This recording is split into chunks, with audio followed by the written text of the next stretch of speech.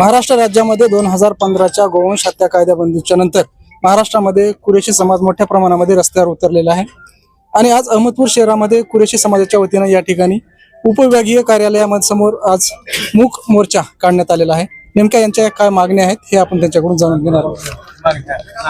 आपल्या या चॅनलच्या माध्यमातून मी आपल्या नगर परिषदेला सांगू इच्छितो की सुप्रीम कोर्टाचा आदेश आहे की प्रत्येक जिल्ह्यामध्ये तालुक्यामध्ये अत्याधुनिक कत्तलखान्याची स्लॉटहाऊसची निर्मिती झाली पाहिजे, परंतु कुठेतरी या नगरपालिकाची या अधिकाऱ्याची मानसिकता आमच्या या व्यवसायाला कायदेशीर अंतर्गत बाबीमध्ये नेण्यासाठी यांची इच्छा नसल्यामुळे आतापर्यंत हा विषय प्रलंबित राहिलेला आहे। अहमदपूर नगर परिषदेने सन 1987 साली सर्वे नंबर 34 व 36 मध्ये जमीन स्लॉटहाऊससाठी अधिग्रहण केलेली होती, पण आतापर्यंत त्यावर काही कारवाई झालेली नाही। त्याचबरोबर ज्या आमच्या हिंदू खाटीक बांधवांना एक महामंडळाची स्थापना करून दिलेली या भाजप सरकारकडून करून दिलेली आहे, त्याच महामंडळावर आम्हाला समाविष्ट करावे किंवा आम्हाला एक सेपरेट मुस्लिम खाटीक महामंडळाची निर्मिती करून द्यावे, जेणेकरून आम्हाला या व्यवसायातून दुसऱ्या व्यवसायावर काय तर आमच्या स्वतःच्या पायावर दुसरा व्यवसाय करता येईल। परंतु यांची मानसिकता या सरकारची फक्त फोडतोड आणि राजकीय ध्रुवीकरण कशी करण्याची आहे। तर या सरकारला आमच्या चॅनलच्या माध्यमातून सांगू इच्छितो की ह्यापूर्वी काही तथाकथित गोरक्षणामध्ये जे बेकायदेशीर जे गोरक्षण आहे त्यांची उच्चस्तरीय चौकशी झाली पाहिजे। आजपर्यंत तिथला डाटा आपल्या चॅनलच्या माध्यमातून किती आले आणि किती गेले आणि राहिले किती ह्याचा डाटा आतापर्यंत आमच्या समोर आलेला नाही। तर आम्हाला नगरपालिकेला अशा सूचना करायची आहे की आपल्या मार्फत कोंडवाडे तयार करून आपल्या मार्फत ते जनावरे जी असेल रोडवर असतील किंवा धरलेले जनावर ती आपल्या कोंडवाडे मार्फत एक चांगल्या पद्धतीने आपल्याकडे ती ठेवावी। आणि दुसरी माग अशी आहे की प्रत्येक तालुक्यामध्ये सलाटरची निर्मिती आपण केलेली पाहिजे।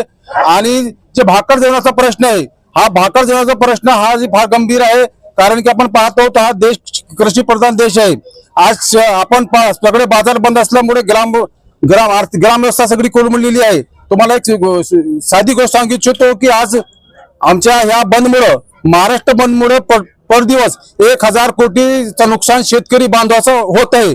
हा लढा एका धर्माशी हा व्यवहार एका धर्माशी जुळलेला नाही, परंतु जी वातावरण तयार केलेलं आहे की ह्या व्यवसायातूनच फक्त मुस्लिम व्यवसाय करतो। आपण पाहतो की 1000 कोटीचा फटका म्हणजे आता 22 दिवस आहेत, 2200 कोटीचा फटका या आमच्या शेतकरी बांधवांना बसलेला आहे, जे डायरेक्ट त्यांच्या खिशामध्ये ही पैसे जात होते। म्हणजे किती मोठं नुकसान आमच्या शेतकरी बांधवाला आहे।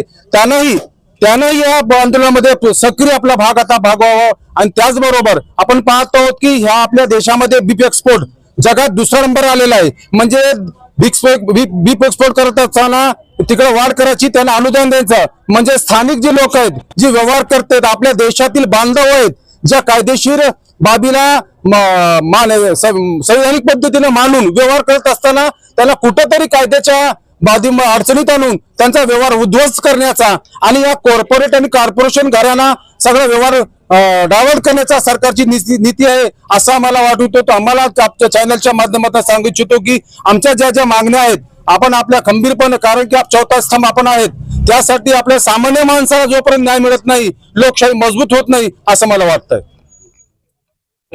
एकीकडे सरकार बीफ एक्सपोर्टच्या माध्यमातून पैसा कमवते, तर दुसरीकडे बघितलं तर कुरेशी समाजातील मुख्य व्यवसाय असणारे खाटीक बांधव यांना मात्र कुठेतरी रोखण्यात येते। त्याचबरोबर माझ्यासोबत काही सामाजिक कार्यकर्ते आणि पक्षाचे पदाधिकारी आहेत, त्यांच्या भूमिका आपण घेणार आहोत। ये साजिद भाई, कलीम भाई, सोहेल, कुरेशी, जुनेद, ये जो मुसलमान दोस्त है मेरा, वो दोस्ती में सस्ता है, संवरता है, मोहब्बत के आईने में सस्ता है। मैं आदाब भी कहूं तो जय भीम कहता है। ये सरकार सुन ले, इस देश के निवासी भी सुन ले, हवेली झोपड़ी सबका मुकद्दर फूट जाएगा। हवेली झोपड़ी ये सबका मुकद्दर फूट जाएगा अगर हिंदू मुसलमानों का साथ छूट जाएगा।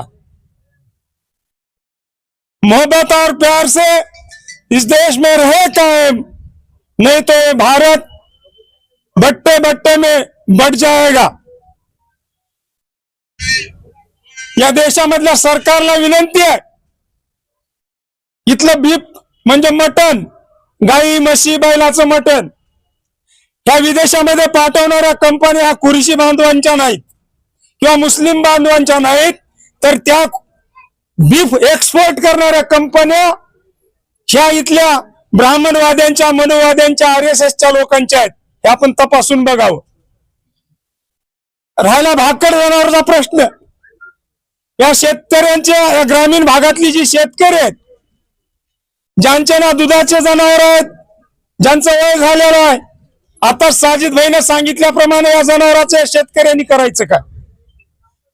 म्हणून शेतकऱ्यांची सुद्धा आंदोलन जनावरांसहित कलेक्टर कचेरीवर, तहसील कचेरीवर झालेले आहेत. या लोकांनी तहसील कचेरीत, कलेक्टर कचेरीमध्ये आपली जनावर आणून घातली, तरी सरकारला जाग येत नाही. तरी येणाऱ्या काळामध्ये कुरेशी बांधवांना जनावर कटाई करण्याचा किंवा पूर्वीसारखे त्यांचे कत्तलखाने उभे करण्याचा परवाना पुनश्च सरकारने कुरेशी समाजाला द्यावा. नाहीतर येणाऱ्या काळामध्ये हे खसाब तुमचा हिसाब केल्याशिवाय राहणार नाहीत, एवढं लक्षात घ्यावं. जय भीम, जय भारत. मेरी मांगनी ये है, मुस्लिमों को रोकते हो मांस खाने से क्या? कभी मुस्लिमों ने भी तुम्हें रोका है गोबर खाने से? या कत्तल खानाचे मालक मुस्लिम आहेत का? MKR कत्तल खानाचे मालक मदन भट, अरेबियन कत्तल खानाचे मालक सुनील कपूर, अरेबियन कत्तल खानाचे मालक सुनील कपूर, हे तुम्ही नेमकं लक्षात ठेवा. कुरेशी बांधवांना जो अन्याय चाललाय या राज्यामध्ये मला संपूर्ण कुरेशी बांधवांचं एवढंच म्हणायचंय की जे आहे, जे आता चाललंय, आता समजा कुठल्या शेतकऱ्याचा पहिल्याचा खुबा मोडला, वाद झाली, हे काय सांभाळून ठेवणार आहेत का? बरोबर, आपल्या माणसाला स्मशानभूमी आहेत, जनावराला स्मशानभूमी आहे का? हा प्रश्न आहे. तर ह्या लोक मला एवढं सांगायचे शासनाला, यांच्यावर तात्काळ निर्णय घ्या आणि कुरेशी बांधवाचे जे प्रश्न आहेत तातडीने सोडवा. कारण हे कुरेशी बांधव आज जवळपास 13-23 दिवस झालेत, ह्याला आज कुठे गेलं समजा येतं उपजीविकेचं साधन येत आहे. आणि सगळ्याजवळ गुगल आहे, त्याच्यावर सर्च करा, खाटी हा काय आहे, त्याची व्याख्या काय आहे, हे सर्च करून आम्हाला सांगा. ते काय करणार, दुसरा धंदाच करू शकत नाही. जे काय आम्ही सगळं बंद करू, मग आम्हाला नोकऱ्या द्या, ते करू आम्ही. द्या आम्हाला 30,000 40,000 पगार द्या, ते काम करू आम्ही. तर हे शासनाला आमचं एवढंच निवेदन आहे, हे जो अन्याय चाललाय सगळीकडे, जे जनावर आता गाडी निघाली की धरायचं, त्याला सोडून द्यायचं, पैसे घ्यायचे सोडून द्यायचं. काय चाललंय हे नाटक या राज्यामध्ये आहे? त्याला सगळे कबुली करून तुम्ही ह्याच्यावर निर्णय घ्या, ह्याच्यावर उग्र आंदोलन पुढे होतील, एवढंच मला शासनाला विनंती करायची.